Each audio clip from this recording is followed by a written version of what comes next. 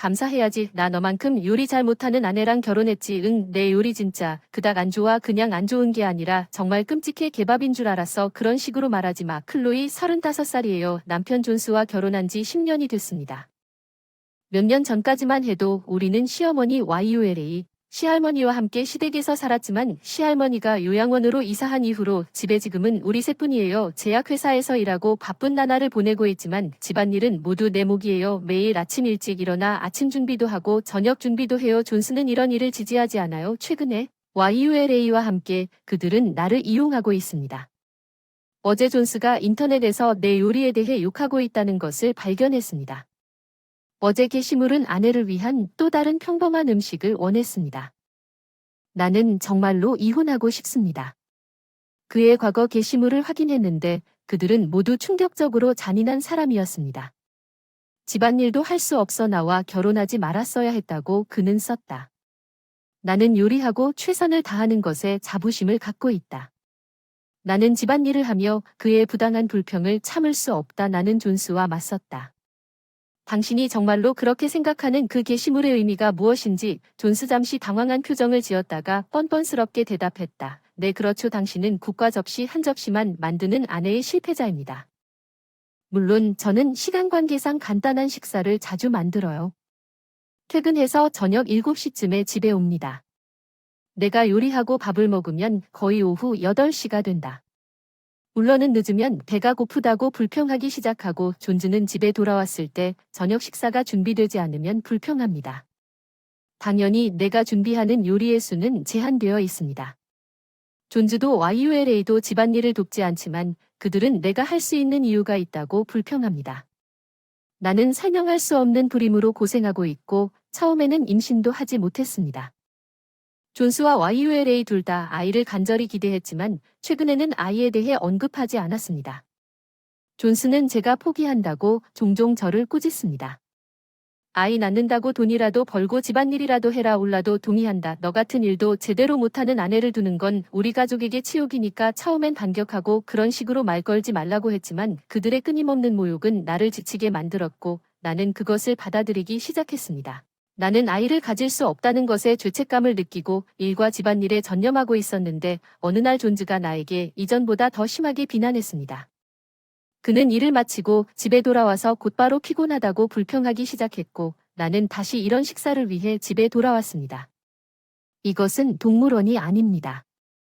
야채만 사용하는 것은 아닙니다. 나는 토끼가 아닙니다. 고기를 사용합니다. 존스가 많아질수록 요리수를 늘립니다. 나는 너무 놀라서 멍하니 존스를 바라보았지만 그는 계속 불평을 했다. 내가 어떻게 이 남은 음식을 음식처럼 먹을 수 있겠는가? 음식이 형편없다. 당신은 아이도 가질 수 없다. 나 같은 여자는 필요하지 않다. 제니 울러가 정말 동의했다고 말했을 때 나는 그것이 개밥인 줄 알아서 존스와 울러의 욕설로 인해 한계점에 도달했습니다. 당신이 그렇게 많이 불평한다면 나는 더 이상 요리를 하지 않을 것입니다. 집안일과 식사 같은 남은 음식에 대해 제가 반격하면서 식료품 나무를 살 수 있는 돈이 한 달에 $50밖에 없는데 어떻게 생각하시나요? 존스는 당신에게 문제가 있으면 떠날 수 있고 우리가 이혼하면 그것은 당신 잘못이므로 당신은 그렇게 될 것이라고 더욱 화를 냈습니다. 분노에 차서 법원 비용을 지불했습니다. 이혼 법원 보증금은 상관없다고 생각하여 짐을 싸고 시댁을 떠났습니다. 존스도 YULA도 비꼬는 미소를 지으며 나를 말리려 하지 않았고 곧바로 부모님에게로 갔습니다. 집에 돌아오자마자 부모님은 놀라셨지만 오랜만에 따뜻하게 반겨주셨어요. 집에서 엄마가 해주신 푸짐한 요리를 즐기며 가족 셋과 함께 편안한 시간을 보냈어요. 부모님은 나와 존스 사이에 뭔가 미스가 있다는 걸 눈치채셨지만 부모님 집으로 돌아온 지 3일 만에 정서적으로 안정된 기분으로 말할 준비가 되었습니다. 제 이야기를 듣고 존스와 YULA가 저에게 한 일에 대해 이야기했습니다. 이미 이혼하기로 결정했고 계속 진행하기 위해 변호사를 고용할 생각을 하고 있었지만 존스와 YULA에 돌아가지 않고는 일을 끝내는 것을 받아들일 수 없었습니다. 나는 어떻게 그들에게 돈을 지불할 수 있을지 계획하기 시작했고 제가 그랬던 것처럼 계획을 세웠습니다. 준비 중 존스가 나한테 이혼 서류 썼다고 연락 와서 이리 와라. 존스가 이혼 신청서를 친절하게 준비했고 좋은 기회라고 생각해서 시댁에 들어갔을 때 계획대로 실행하려고 시댁으로 향했다. 청소도 빨래도 한 번도 하지 않은 존즈와 YULA에게는 깔끔해서 이상했지만 집에 있는 더 아더티즈를 알아차렸지만 언급하지 않은 것 같아서 속으로 생각하기 시작했습니다. 존즈와 YULA와 이야기를 나누기 시작했습니다. 존즈는 우리가 정말 이혼하는 걸까요? 물론 물었습니다. 집안일도 제대로 할 수 없는 아내는 왜 필요하지 않겠습니까? 존즈가 할머니에게 물었더니 내가 할머니를 거실로 불렀다는 말을 들었나요? 존스의 할머니였습니다.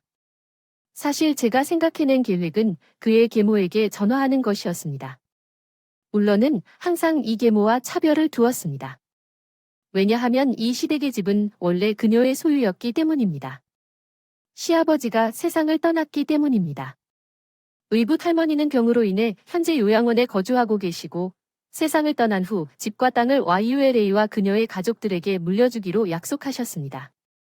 이런 상황에서 YULA는 결혼 초기부터 계모에게 결코 맞설 수 없었습니다.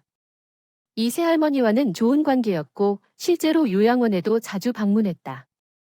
다양한 이야기를 나누며 유대감을 돈독히 했지만 YULA와 존스의 괴롭힘에 대해서는 언급한 적이 없었다. 그런 말을 들으면 새할머니만 괴로워할 줄 알았다. 그런데 어느 날 뭔가 이상하다는 걸 눈치채고 왜 참지 못하냐고 묻자 나는 울면서 두 사람이 왕따를 당한 일을 털어놨고 그때는 그냥 대화로 끝났는데 무슨 일 있으면 바로 말하라고 하더군요. 클로이가 아내를 괴롭히는데 당신이 무슨 짓을 했는지 YULA와 제니 그녀에게 꾸짖는 것이 얼마나 부끄러운 일입니까? 반박할 수가 없어서 그냥 조용히 내려다보더니 얀이 잘 변명하기 시작했어요. 클로이는 아이도 못 낳고 요리도 너무 적게 하더군요. 새할머니는 한숨을 쉬며 이렇게 절망적인 남자로 변했냐며 안타깝습니다. 내 훈육이 탓이야. 존스를 불쌍히 여기고 율라를 노려보며 울라. 당황해서 변명하려 했지만 샬롯 클로이는 요리를 정말 못해서 영양식만 만든다고 의붓 할머니가 해야의 말을 끊었다고 음식 때문이라고 하는데 $50 존즈의 빚 때문에 클로이에게서 들었어. 이 말을 듣고 쟤는 클로이가 놀라서 외쳤다. 할머니가 할머니에게 조용히 하라고 말했잖아. 사실 존즈는 상당한 양의 빚을 지고 있다는 사실이 2년 전에 밝혀졌어. 존즈가 친구와 함께 시작한 경마에 푹 빠져 그 당시 상당한 비용을 지출하게 되면서 이혼까지 논의했지만 조앤이 진심으로 사과하고 다시는 그러지 않겠다고 약속한 뒤 이혼하지 않고 빚을 함께 갚기로 결정했습니다. 나는 아이를 가질 수 없음에도 불구하고 나와 결혼해준 존스에게 어느 정도 감사했고 그를 떠날 마음이 없었습니다. 다행히 나도 일을 하고 있었고 매달 충분히 저축하면 3년 안에 모두 갚을 수 있다는 것을 알았습니다. 올해 우리는 마침내 빚을 다 갚을 예정이었기 때문에 식료품비로 쓸 수 있는 돈은 한 달에 $50밖에 없었습니다. 클로이, 빚을 갚지 않고 괴롭힘을 당하지 않은 것에 대해 감사해야 합니다. 용납할 수 없는 일입니다. 집 밖에서 소음이 들리자 의붓 할머니가 존스를 꾸짖었습니다. 예상대로 거실에 숨어 있을 줄 알았던 사람에게 전화를 걸었다. 너 거기 있는 줄 알았더니 존스를 불렀고 YULA는 당황하기 시작했다. 무슨 말을 하는 거야? 맞아, 여기 아무도 없어. 그런데 누군가 거실 문으로 들어왔다는 걸 알았습니다. 여기에 누군가가 있는 줄 알았습니다. 들어온 사람은 젊은 여성이었습니다. 저는 몰랐습니다. 존스 YULA와 거기 서 있는 젊은 여성은 모두 얼굴이 창백했습니다. 상황이 바뀌자 그녀는 혼란스러운 모습을 보였습니다. 나는 한동안 존즈가 나를 속이고 있다고 의심했습니다. 그는 항상 나의 부림을 무시하고 요리에 대해 불평했지만 지난 1년 동안 이렇게 나빴던 적은 없었습니다. 존즈와 YULA 둘 다 점점 더 좋아졌습니다.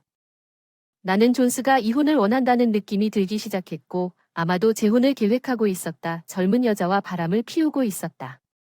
울라 손자가 나를 쫓아내기 위해 그와 공모하는 것 같았다. 그들이 마침내 성공했기 때문에 이 모든 일이 지금 일어나고 있다. 그들은 빚을 갚기 위해 내 수입에 의존해왔지만 일단 빚을 갚고 나면 나는 더 이상 필요하지 않았습니다. 내가 집을 떠난 후에 그들은 이미 이 여자와 시댁에서 살고 있을 것 같은 예감이 들었습니다. 오늘 시댁에 들어갔을 때 느꼈던 불편함은 다툼 중에 존의 여주인이 이미 그곳에 살고 있다는 분명한 신호였습니다. 나는 집에 숨어있던 여자가 내가 이야기하는 것을 들을 수 있도록 일부러 큰 소리로 말했습니다.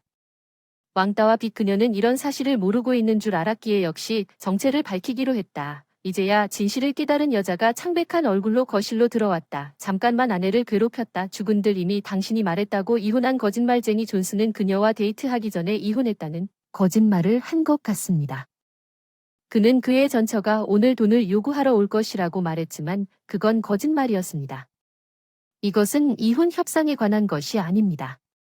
존스가 내가 온다는 이야기를 꾸며낸 것 같았습니다.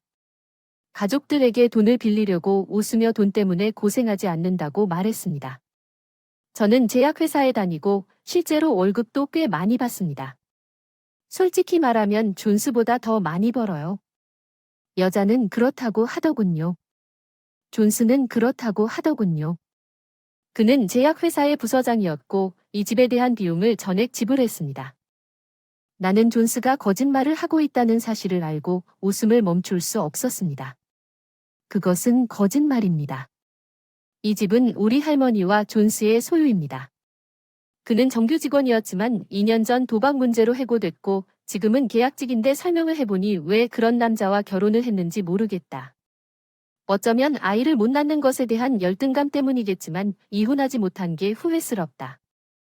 어쨌든 조만간 그건 내 관심사가 아니야. 난 이혼을 할 거고 두 사람 모두 위자료를 청구할 거야. 내가 그 여자가 잠깐만요 라고 소리쳤다고 말했을 때 이 남자가 결혼한 줄 몰랐어요. 속아서 봤거든요. 필사적으로 애원하는 여자의 얼굴 그리고 그것이 사실이라면 아마도 진실을 말하고 있을 것이라고 느꼈습니다. 존스에게 보증금도 요구하는 게 어때요? 당신은 너무 약혼한 거 아닌가요? 나는 그 여자의 손가락에 반지가 있는 것을 보고 그들이 아마도 약혼했을 것이라고 추측했습니다. 네. 예상대로 그는 지난달에 나에게 제안했습니다. 이 두 사람은 약혼했습니다. 이것은 존스가 이 여성을 속였다는 것을 의미하므로 보증금이 약혼을 요구할 가능성이 있었습니다. 아니면 나머지는 변호사와 상담하고 그녀를 놓아주라고 말했습니다. 집 당신도 피해자인 것 같아요. 이 문제를 변호사와 상의할 수 있나요? 오늘 존스와 다른 사람들과 이야기를 나눌 테니 제가 이 말을 하면 집에 가세요. 울고 있는 여자가 이해했다고 대답했어요. 제가 말하지 않았는데도 미안해요. 그 사람을 다시 볼 수 없을 줄은 몰랐고 존즈와 YULA는 그 여자에게 애원하기 시작했습니다. 이제부터 너와 나는 낯설다. 이 말을 한 얀이 갑자기 태도를 바꿔 나에게 사과하기 시작했다. 미안하다. 한순간의 어리석은 일이었어. 미안해. 너뿐이야. 이혼하지 말자. 그 사람이 어떤 사람인지 궁금하다. 지금 얘기하는 건 그 사람이 널 버렸기 때문이라고 했어. 맞아. 너한테 이용당하는 게 지겨워서 YULA도 울면서 애원했어. 미안해. 우리가 틀렸어. 이제 손자는 필요 없어. 너 없이는 곤란해. YULA를 봤어. 차갑게 돈 문제라고 그랬지. 월급 없으면 곤란하니까. 그런 소리지. 의학대가리 맞은 듯 더듬더듬하니 그런 건 아닌데 내가 이제부터 마지막 일격을 가했겠지. 존스의 적은 월급으로 관리하기 위해 이혼 합의금으로 저축한 돈을 가져가려고 합니다. 정말 한심한데 너 같은 내 가족이 이 집을 떠나는 게 부끄럽다. 너랑 인연을 끊을 거야. 새할머니가 인연을 끊겠다고 선언하자 올라는 얼굴이 창백해졌어. 샬롯, 우리가 어디로 갈지는 말하지 마. 우리가 이 집을 잃으면 내 새할머니가 무기력하게 난 당신이 내 집과 땅만 쫓아간 건 상관없어요. 당신은 가족이 아니에요. 나가세요. 올라와. 존스는 결국 나와 이혼했고 내 새할머니와는 버림받았고 나중에 방황하게 되었어요. 의붓할머니는 즉시 자신이 아는 변호사에게 율레트를 퇴거시키기 위한 협상을 시작하라고 요청했고 존즈는 집 율레트에서 가까스로 오래된 아파트를 찾아 그곳에서 어머니와 아들로 살기 시작했습니다. 나도 즉시 사무실에 이혼 서류를 제출했습니다. 이혼 합의금으로 은행카드를 가져왔습니다. 이혼 후 한 달 만에 그 두 사람과의 관계를 쉽게 끊을 수 있었습니다. 존스의 계정을 흘끗 보았는데 나를 욕하는 게시물이 너무 가혹하다는 비난을 많이 받았다는 것을 알았습니다. 그의 친구들도 그것을 심리적이라고 불렀습니다.